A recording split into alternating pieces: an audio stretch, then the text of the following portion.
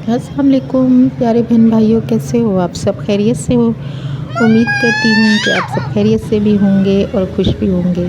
तो यहाँ पर जी आज मैंने की थी अपने ऑफ़िस से छुट्टी। मेरी थोड़ी तबीयत सही नहीं थी, मेरा बीपी बहुत हाई था और देखिए मेरे फेस से भी आपको लग रहा होगा। लेकिन यहाँ पर हम सुबह के टाइम आ गए थे 11 बजे के करीब। मेरी बेटी ने बोला कि मुझे बाहर जाना है, तो ये बिल्कुल घर के करीब ही है। तो यहाँ पर मैं आपको बिल्डिंग दिखा रही थी, ये बहुत पुरानी बिल्डिंग है। जब हम छोटे हुआ करते थे तो यहाँ पर एक हमारे जानने वाले रहा करते थे, तो हमने उनके घर जाना, उनकी बड़ी-बड़ी सी बेटियाँ होती थी माशाल्लाह इस टाइम हमारी एज की। तो हम लोग छोटे-छोटे होते थे मेरी बेटी की तरह, तो हम लोग वहाँ पर झूले वगैरह खाया करते थे जाकर। तो वो सारा मुझे याद आ रहा था।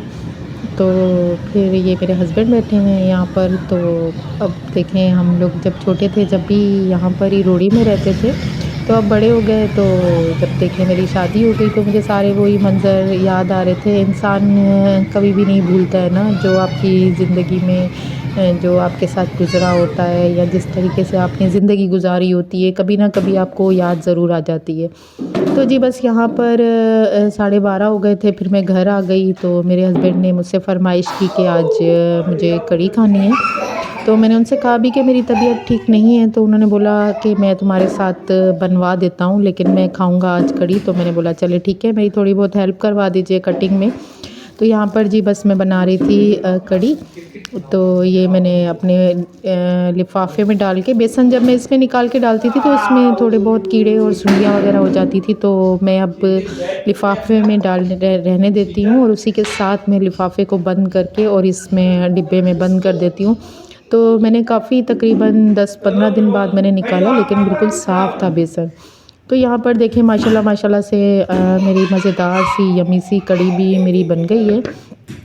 तो मैंने बस अपने हस्बैंड को बोला कि चावल रात में बनाएंगे और आप बाज़ार से अब रोटी ले आओ तो हम लोग खाते हैं। तो यहाँ पर जी मेरा हो गया था दोपहर का वर्क डन हो गया था, क्योंकि गैस भी आ रही थी, वरना हमारे पास यहाँ पर गैस का बहुत ज़्यादा इशू होता है। तो बस यहाँ पर देखें मेरी यम्मी सी कढ़ी तैयार हो गई थी।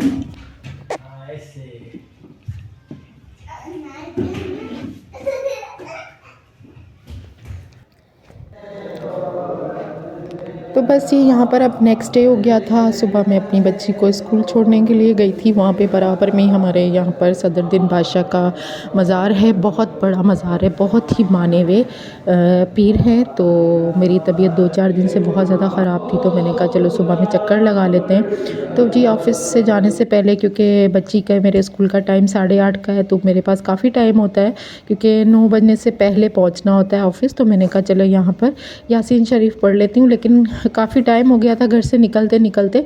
तो बस मैंने हाज़िरी देने के बाद और थोड़ी सी दुआ मांग ली अपने लिए और अपनी बच्ची के लिए और अपने सब बहन भाइयों के लिए, अपने बहन भाइयों के बच्चों के लिए, सब के लिए, कुल जहान के बच्चों के लिए खैर हो और हर आने वाली मुसीबत से, हर आने वाली बला से अल्लाह पाक हम सबको दूर रखे।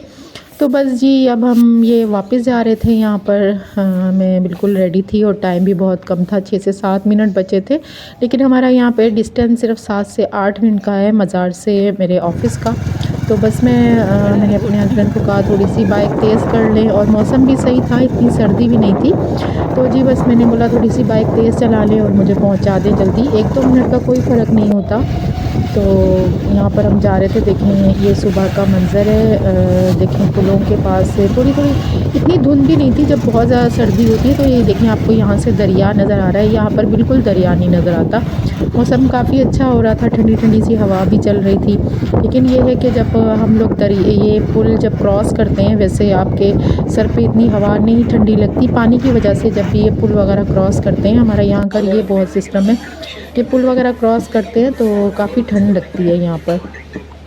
तो जी बस अब हम लोग, मैं ऑफ़िस से वापस आ गई थी। वापस आने के बाद क्योंकि मेरी 4-5 दिन से, जैसे मैंने आपको बताया, मेरी तबीयत सही नहीं थी, तो बस हम लोग कहीं बाहर जा ही नहीं पा रहे थे। तो यहाँ पर मेरी बेटी ने बोला कि मम्मा, जब मैं शाम को आई तो बोला मम्मा आज हम मम्मा पिज़्ज़ा खाएंगे। और हुआ क्या था कि 2 दिन पहले मेरी जो सिस्टर है उनको मैंने वीडियो कॉल की, तो वहाँ पर उनके बच्चे पिज़्ज़ा खा रहे थे। तो बस इन लोगों का आपस में यही चलता है कि अगर मेरी बेटी कोई चीज़ दिखा देती है तो वो लोग बोलते हैं मम्मा, वो अपनी माँ को तंग करते हैं कि हमें ये चीज़ चाहिए। उस दिन उन्होंने वो पिज़्ज़ा खा रहे थे, तो बस मेरी बेटी ने बोला मम्मा मुझे पिज़्ज़ा खाना है। बस वो एक बार जो चीज़ देख लेती है ना, मासूम बच्ची है, तो बस उसका दिल करता है कि फिर मैं भी ये चीज़ खाऊं, कि उन लोगों ने वो चीज़ खाई है, मेरे भाइयों ने वो चीज़ खाई है।